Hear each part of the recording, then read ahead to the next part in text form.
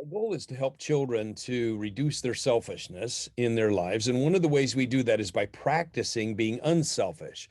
So, one of the things we encourage you to do during this challenge is to give your children an assignment to go do something kind. But what do? They don't know what to do because they don't tend to think this way. I want to give you a way that you can share this with your children to prompt them and then hold them accountable to their acts of kindness. I would say start by helping them understand there's two meanings for the word home.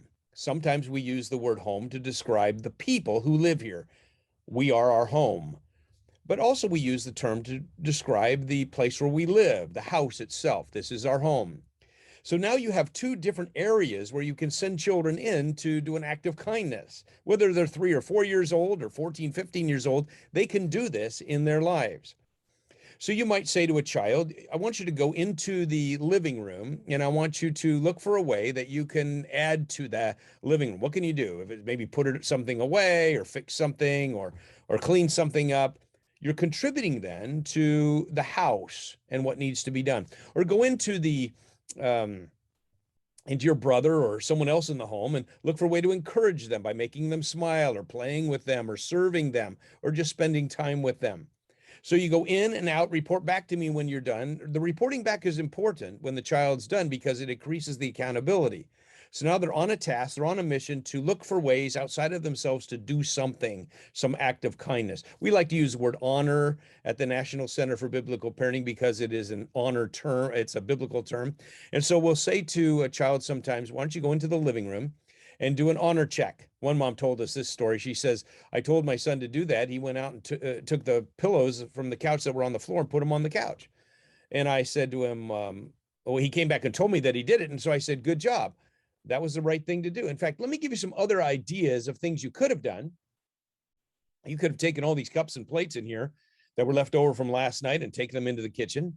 You could have cleaned up the papers that are all here, put them in the recycling. You could have even got the vacuum cleaner out and vacuumed the floor. All of those are demonstrations of kindness or honor, very powerful things that you could have done. Now, I want you to think about that because in a few hours, I'm going to give you another assignment to look for ways to contribute, and you're going to want to think of something substantial that you do. In this way, we're trying to expand children's ability to invest themselves in others, not just think about themselves. Sometimes when we have sibling conflict going on, we send a child in to be kind to another child. We're saying, go in and be kind to this child and help that child to be successful or have fun or something, but get in and get out. In other words, go in, play with them for 5 minutes and leave before it turns into some kind of a problem.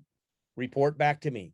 The reporting back is very important because it gives you as a parent an opportunity to congratulate them, to encourage them, to affirm them, and to help them see that they're growing in their ability to be kind and be unselfish.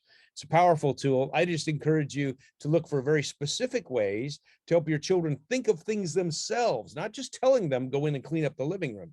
But when a child has to go into the living room and think for themselves, what do I see here? What do I need done? That does something inside of their hearts. They have to think about it themselves. Think in terms of ways that your children can, inside their own hearts, be unselfish. That's going to be one of the keys to this whole program and to the training that you're doing. I'm looking forward to sharing with you some more ideas about this each day. But for now, start the process.